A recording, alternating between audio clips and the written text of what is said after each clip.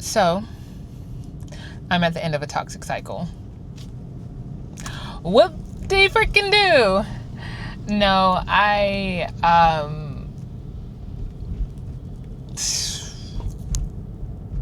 if you know, you know.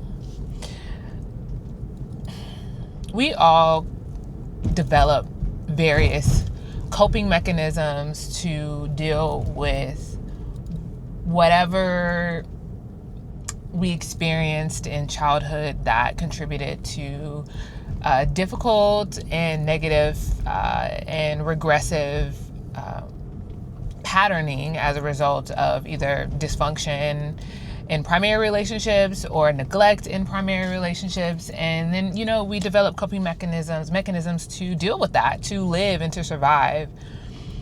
And then hopefully we get to a point in our lives where we realize that these coping mechanisms that we have developed to survive, they had use at some point, no longer serves us. And not only does it not serve us, it is actually hindering and creating difficulty and creating problem and, creating trouble for us. And I acknowledge that I am at the end of a cycle. And I think that when we are at the end of a cycle specifically, that's when that thing, whatever that thing is, rears its head the hardest, the strongest. It's like the last fight, I gotta give it a go before it's destroyed and released and no longer contributing to personal, mental, emotional, or physical dysfunction. And I have painfully become aware of how I've developed these mechanisms of survival that have kept me engaged in these dynamics that are just so emotionally unfulfilling. And for me, it's been a misuse of my creativity, of my imagination. I, on a very base level, want to do good by people. I've decided that that's the kind of person I want to be. I want to do good to myself, and I also, by extension, want to do good to others, right? I'm not doing this to be pleasing to God. I'm not doing this to get anything, to go to heaven or to avoid hell. It is just because that's the kind of person I decided I want to be. Like, I don't want to be a deceptive, malicious, harmful person that creates difficulty for myself and for others. And so, in acknowledging that and in working toward that, I've had to acknowledge where I have contributed to my own suffering through my imagination, through holding on to perceived connections that were incredibly unreciprocal. That's not right. That were incredibly misaligned. Okay, anyway. I'm going to cut that out. That was me doing something very illegal. Anyway, I've just participated in my own suffering because I would imagine that the people that I felt connected to felt the same. And I would create these stories in my mind that they felt the same way, but these circumstances prohibited them from pursuing me the way that they would if they could. Bitch, I should be getting paid to tell fiction, nonfiction stories, because my God, my imagination, you know what I'm saying? But that's a coping mechanism that I developed from my childhood. In the absence of my father, I would create these circumstances and these situations where he would come back and where, things would be different. And if I just waited and if I just believed hard enough, then these things would be different. And now as an adult, that doesn't work. And not only does it not work, it causes so much emotional harm and emotional suffering because I would project goodness onto people who are not good. I would project love onto people who were not loving. I would project kindness onto people that were not kind. I would project integrity onto people that were not integrous. because I had integrity, and if I were in their circumstances, I would move differently. And then I had to realize that the world does not revolve around my perception of how people should move based on how I would move. You know what I mean? And these realizations have been really painful, because when you are a person, I think, who has genuine intentions toward people, even if, God forbid, they don't like you back, which they're allowed to do. But when you have good intentions toward people, and then people aren't clear in their communication, they don't take accountability, they don't acknowledge where they thrive in ambiguity and how that can be perceived as harm to other people who desire clarity and who need clarity, as a form of care, you know what I mean? And just decency, you know? This coping mechanism for me, imagining a scenario in which I'm chosen, imagining a scenario in which I'm picked, imagining a scenario in which I get the desires of my heart, kept hope alive. Situations that should not have, there was no hope there, you know? And it was a mixture of hope and a mixture of naivete, a mixture of fantasy, and a mixture of a delusion, and a mixture of, you know,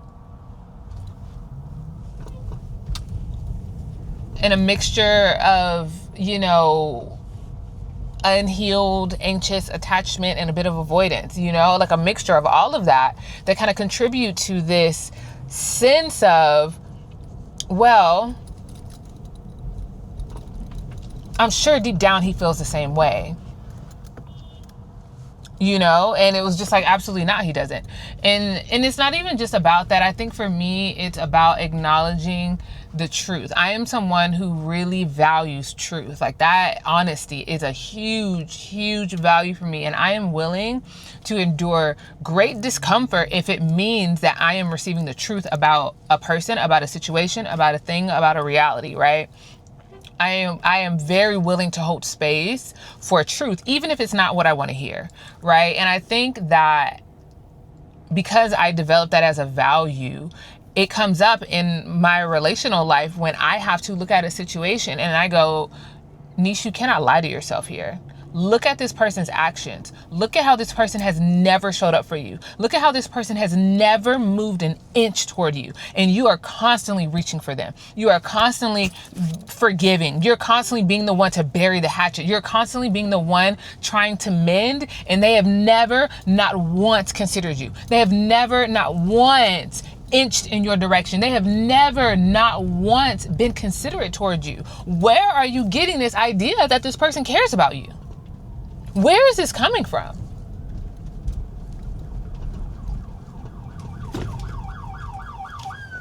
I'm sorry. What the fuck is happening? Oh my God, this is a mess. Downtown is a mess right now.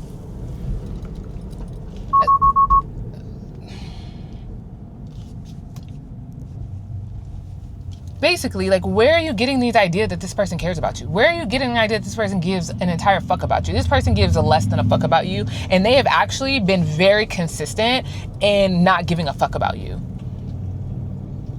And sitting with that, and sitting with the ego, like, bruising of that I have fabricated a story that this person cared about me because I wanted them to care about me because I cared about them, and the reality is it's not reciprocal, and it never was.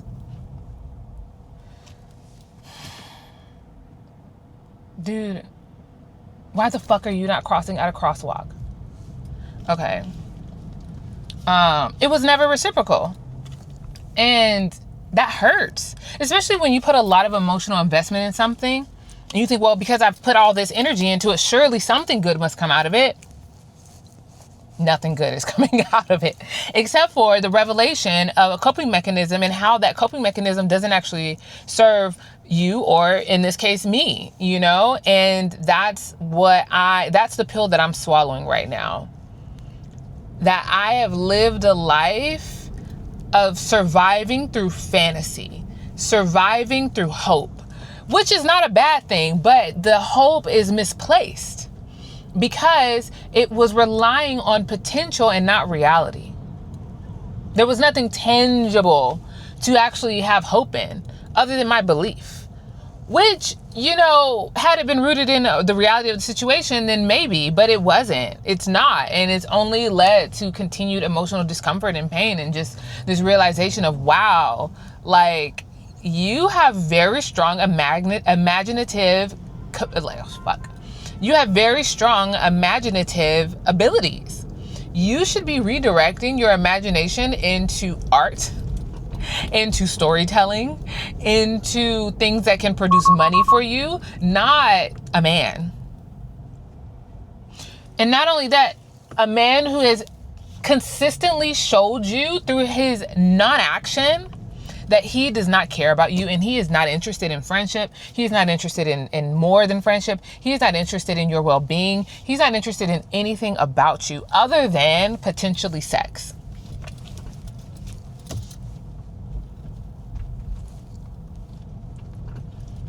And should he get the sex, he's going to discard you. Because that man doesn't care.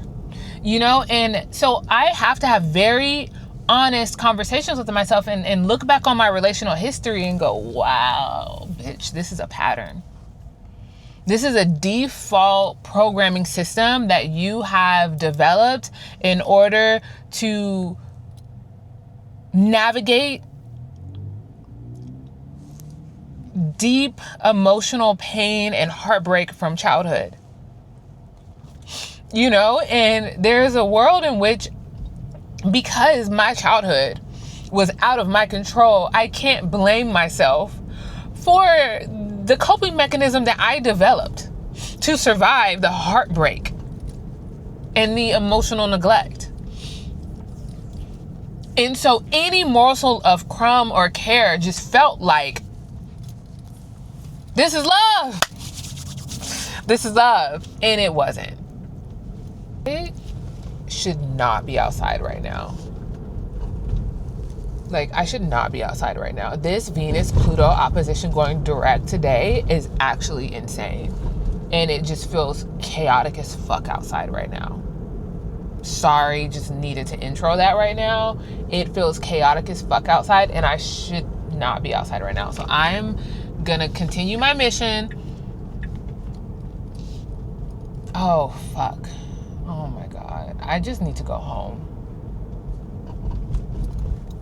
I actually just need to go home. I don't blame myself for the coping mechanism that I developed. But as an adult, I have to be willing to recognize and take accountability and accept responsibility for the fact that I'm maintaining that coping mechanism, and it's causing me emotional suffering that I don't have to experience. And I have to give myself the things that I did not receive so that I don't position myself to be exploited and taken advantage of, because I didn't face and heal this thing in me, right? And that takes a certain level of courage. It takes a certain level of courage to face yourself. It takes a certain level of courage to say, wow, like, I am really fucking myself in the ass in the worst kind of way right now, like emotionally speaking or spiritually speaking. You know what I mean? Like, I am not doing good by myself, like to myself, and I'm not doing good to others by pedestalizing them or by whatever it is. You know what I mean? Like, it actually isn't serving me and it's not serving them to have this way of relating. You know what I mean? And so, yeah. Oh, fuck. This is like so annoying. What the fuck? Oh. Okay. Sorry. I'm emotional right now, and I need to get out of downtown, like right now. Like right now.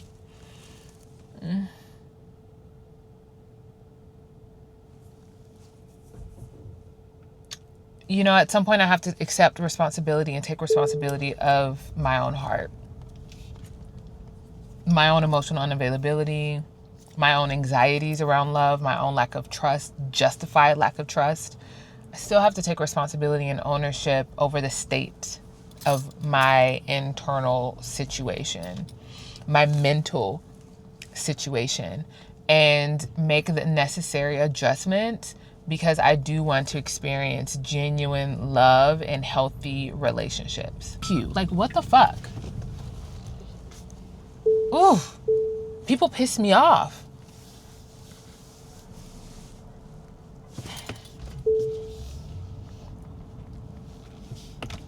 I just cannot wait to get the fuck out of LA. Like, I cannot wait to get the fuck out of LA. I mean, not LA, downtown. I mean, maybe that was a Freudian slip. But, and you know,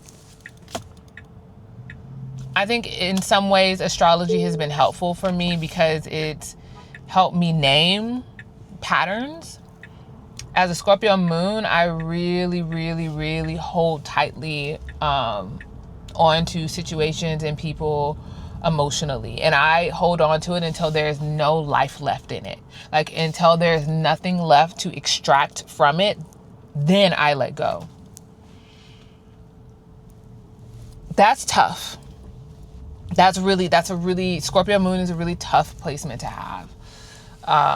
And, you know, I'm navigating it by practicing the art of letting go, the art of true detachment, of accepting responsibility and being radically honest about where I'm at and what I'm experiencing and why I'm experiencing it and where it's coming from and how to shift that energy, you know, in my life. And so for me, the first thing that has helped me is being really, really, really honest with myself. And if you are in a space where you don't quite have the capacity to acknowledge the truth of a situation, then I would say find somebody that you trust, that knows you and knows that, and you know that they love you and you know that they will tell you the fucking truth and they will not sugarcoat shit for you. Find that person and ask them for the truth. If you've not developed that habit internally yet, you need to find the people in your life who have that and speak it to you and practice accepting that. And acknowledge that you're going to resist it because you don't want to believe it. That's the thing, is that we don't want to believe things that hurt our feelings. We don't want to believe the truth that negates what we want to be reality. And there has to be a level of mental fortitude and mental strength to accept the thing that you do not want to accept, because the thing that you do not want to accept is in fact true. And because that thing is true, regardless of how you feel about it, you must act upon the truth, not how you feel, because your feelings are subjective. And your feelings shift and change. And your feelings are not always truth. A lot of times your feelings can be, connected to a multitude of things. Self-protection, ideology, rooted constructs, mentally, pain avoidance. All these different things that we have can cloud our ability to see what is in fact true about a situation and true about ourselves. And then sometimes we have to outsource it until we build the muscle of truth telling to ourselves enough. It's incredibly important that the person that you get to support you in this loves you and can see the truth and, sorry. You know what I mean? So yeah, I say that to say I developed the habit, and I've been developing this habit since I was 18, 19. I made a pact with myself and God and said basically that I will always tell myself the truth, even if I don't want to hear it, don't want to see it, and don't want to accept it. And I'll keep telling myself the truth, the thing that I know to be true.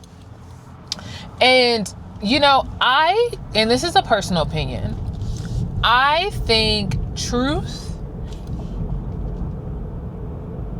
is a frequency.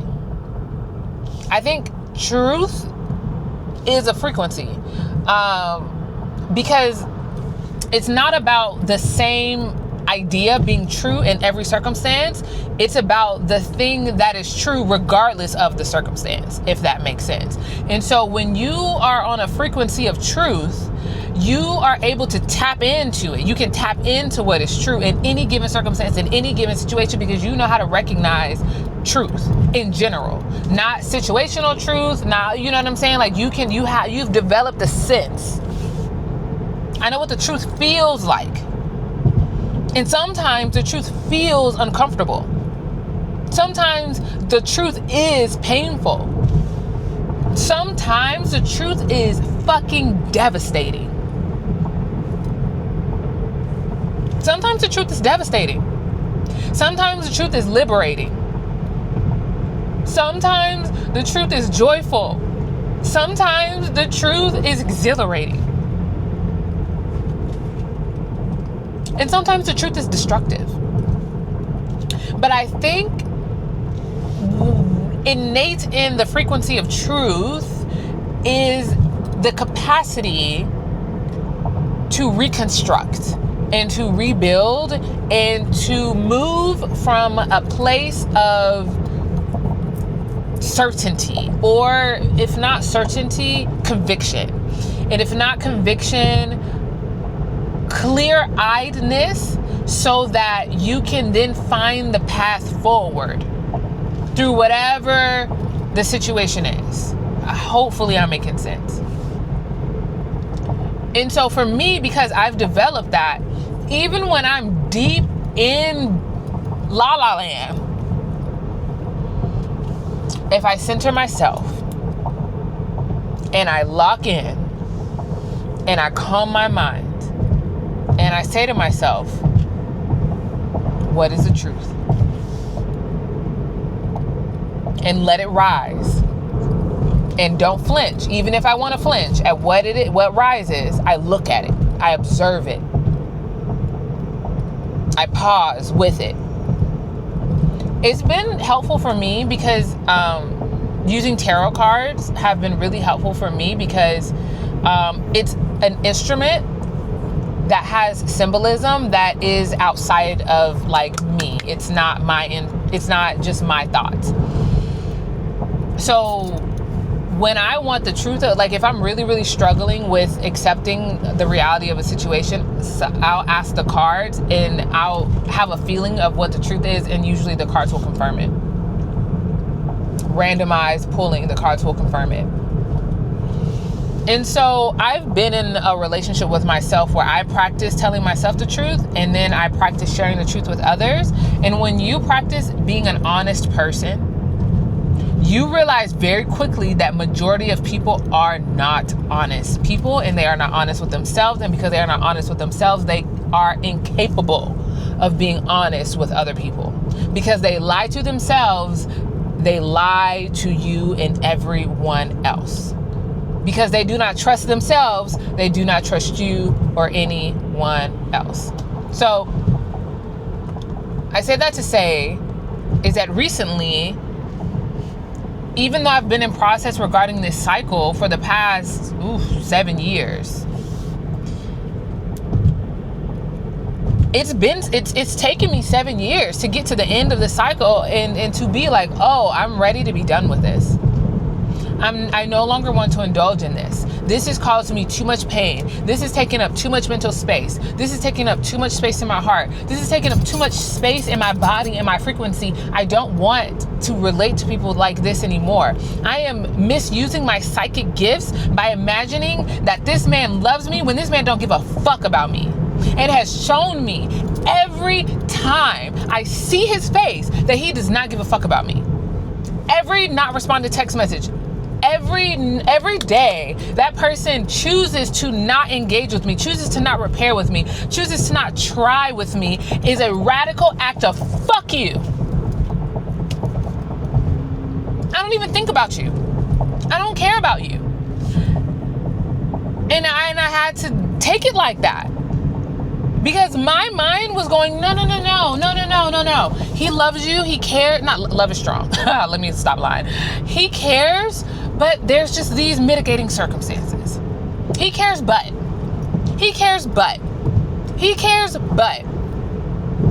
Ain't no butt big enough. Ain't no BBL big enough, bitch. You know what I'm saying? To justify. And I just had to accept reality. And the truth is, it's not even about him. He's the face of a cycle. And that cycle is self-abandonment. That cycle is seeking love in the only place you've experienced it. And for me, majority of the love that I've experienced in my life has been a result of me imagining and having to believe that I'm loved, not because I actually have experienced it in real ways.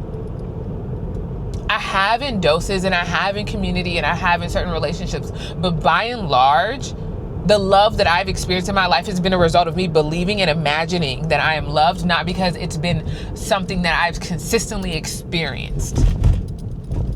So the only way I know how to love is through my imagination. So then I imagine that he loves me. I imagine that he cares. I imagine that if the circumstances were different, he would choose me.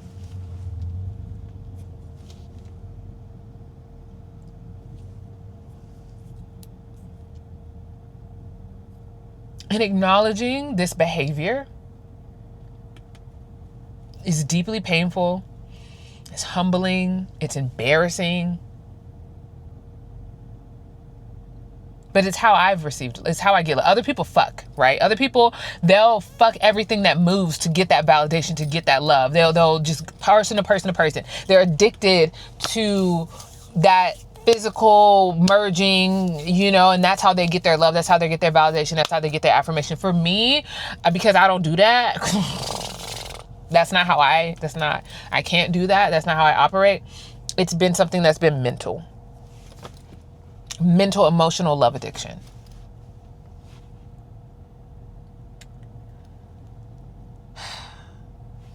So,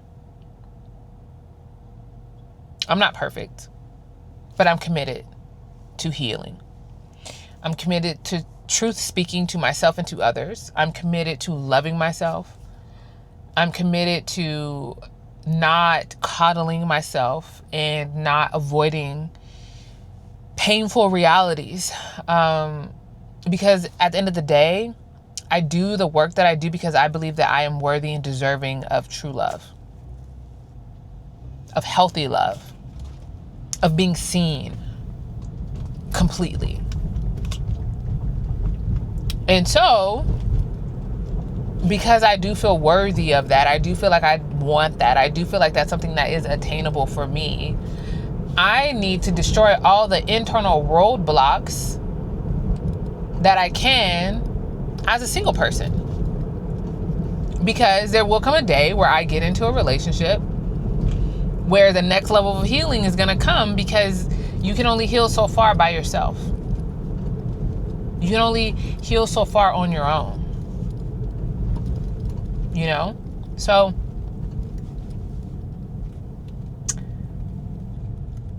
that's all, folks. I'm just accepting, acknowledging, and also like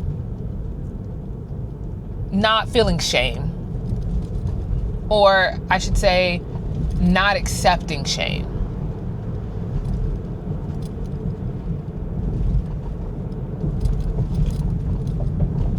I'm not ashamed of the ways in which I tried to survive the heartbreak of my childhood. I'm not ashamed of myself.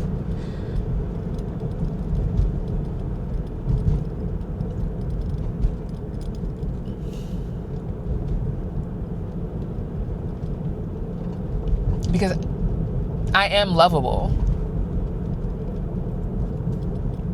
And that's the first step. is talking to yourself differently. I am a huge believer in affirmations. I am a huge believer in affirmations as a way to change your brain chemistry. I believe in affirmations as a way to rewire how you think about yourself and how you think about the world. And so something that has been key for me is using affirmations, identity markers, because the true goalpost of behavioral change is identity change. How you feel about yourself and how you see yourself has to change in order for your behavior to reflect that. You behave according to how you believe about yourself. We all behave according to what we believe about ourselves, who we believe we are. And then we behave in accordance to that. And so lasting change, habit change has to be identity change. And identity change has to start with how you think and how you feel about yourself. And it's work. It is fucking work. So, I've developed affirmations according to the signs. And if you are interested, I have an Etsy shop. And basically, if you want to engage in identity transformation through affirmations according to your zodiac sign, I suggest Sun, Moon, and Rising. I have resources. That's the only resource that I have, because that's what I know works. Because there's other things in my life that I've radically changed, and other things in my life that I've radically have been able to transform. But this particular relational habit, I'm like breaking out of right now. And so I feel that like quite intensely. But yeah, affirmations have been like game changers for me. And so if you're interested, it's available. If not, live your life. But yeah, thank you. And that's all, folks. I'll see you on the next video.